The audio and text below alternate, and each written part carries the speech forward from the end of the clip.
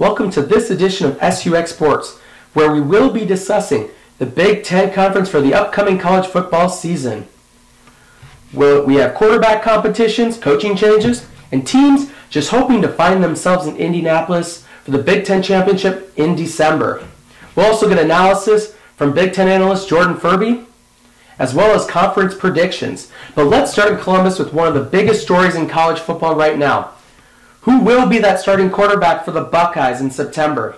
Will it be J.T. Barrett or Cardale Jones? Originally a three-man race before Braxton Miller made the switch to halfback.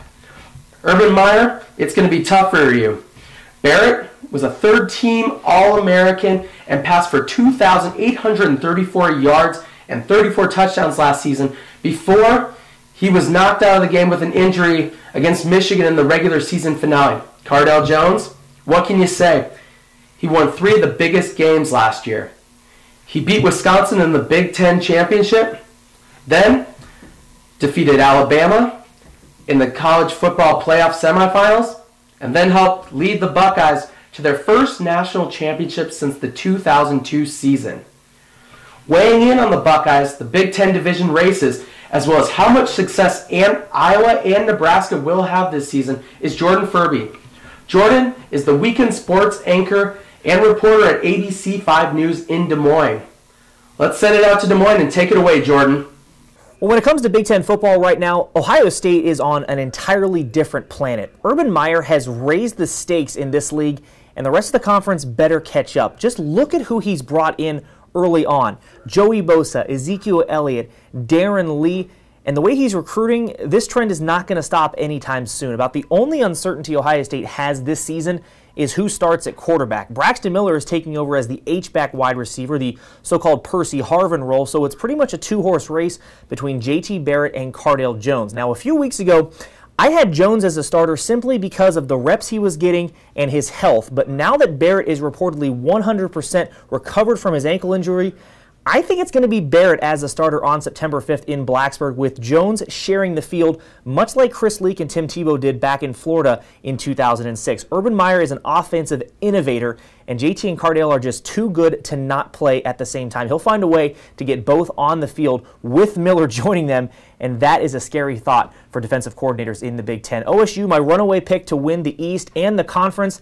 Their opponent in the title game, though, could come from a wide-open Big Ten West. Minnesota and Wisconsin are the two early favorites, but don't count out Nebraska and Iowa. Now, the Hawkeyes are in need of a big turnaround as Kirk Ferentz' seat is starting to heat up. C.J. Beathard is the new quarterback for the Hawkeyes, taking over full-time for Jake Rudock, who is now wearing maize and blue. Now, as goes Beathard, so goes Iowa, but the talent is there for the Hawks to be a dark horse in the West this year. They avoid OSU, Michigan, Penn State, and Michigan State this season, but do have tough games at Wisconsin to start the season and at Nebraska to finish. Iowa could start 4-0.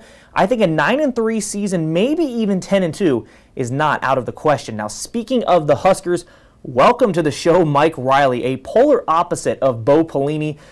Riley pretty much seems to be the nice, polite coach Husker fans have wanted and needed, but if he doesn't win, it could get ugly very quick. Now, despite Pelini's controversial temperament, he won games, folks, winning at least 9 every year he was in Lincoln. Now, Tommy Armstrong, again, will be the quarterback for the Huskers under center, but losing guys like Amir Abdullah and Kenny Bell will be hard to replace. There will be some growing pains in Lincoln this year. 9-3 is possible, but I'm thinking 8-4 more realistically. Don't count out 7-5. My pick in the West will be decided on November 28th in Minneapolis when Minnesota hosts Wisconsin. The Badgers will most likely enter with just one loss, most likely to Alabama in the season opener, while the Gophers could have 1 to 2 Big Ten losses. Now, I really want to pick Jerry Kill's bunch here, but I just think Wisconsin's schedule sets up too easy, and even if they do lose to the Gophers, a trip to Indy might already be clinched for new head coach Paul Chryst and the Badgers to set up a rematch against Ohio State on December 5th.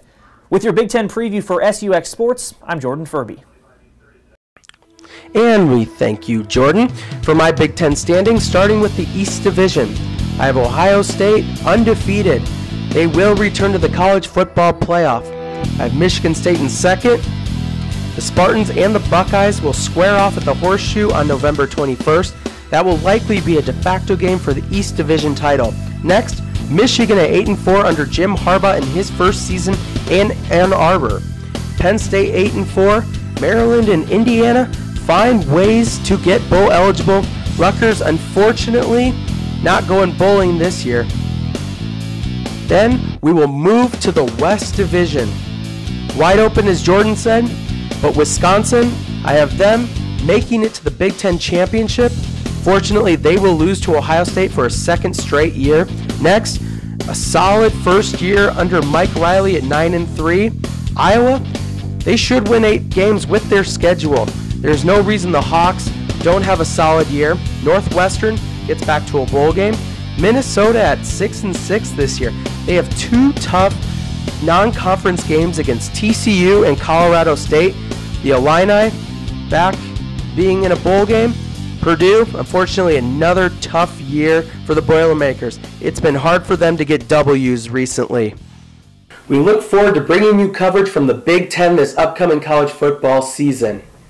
Thanks for tuning in.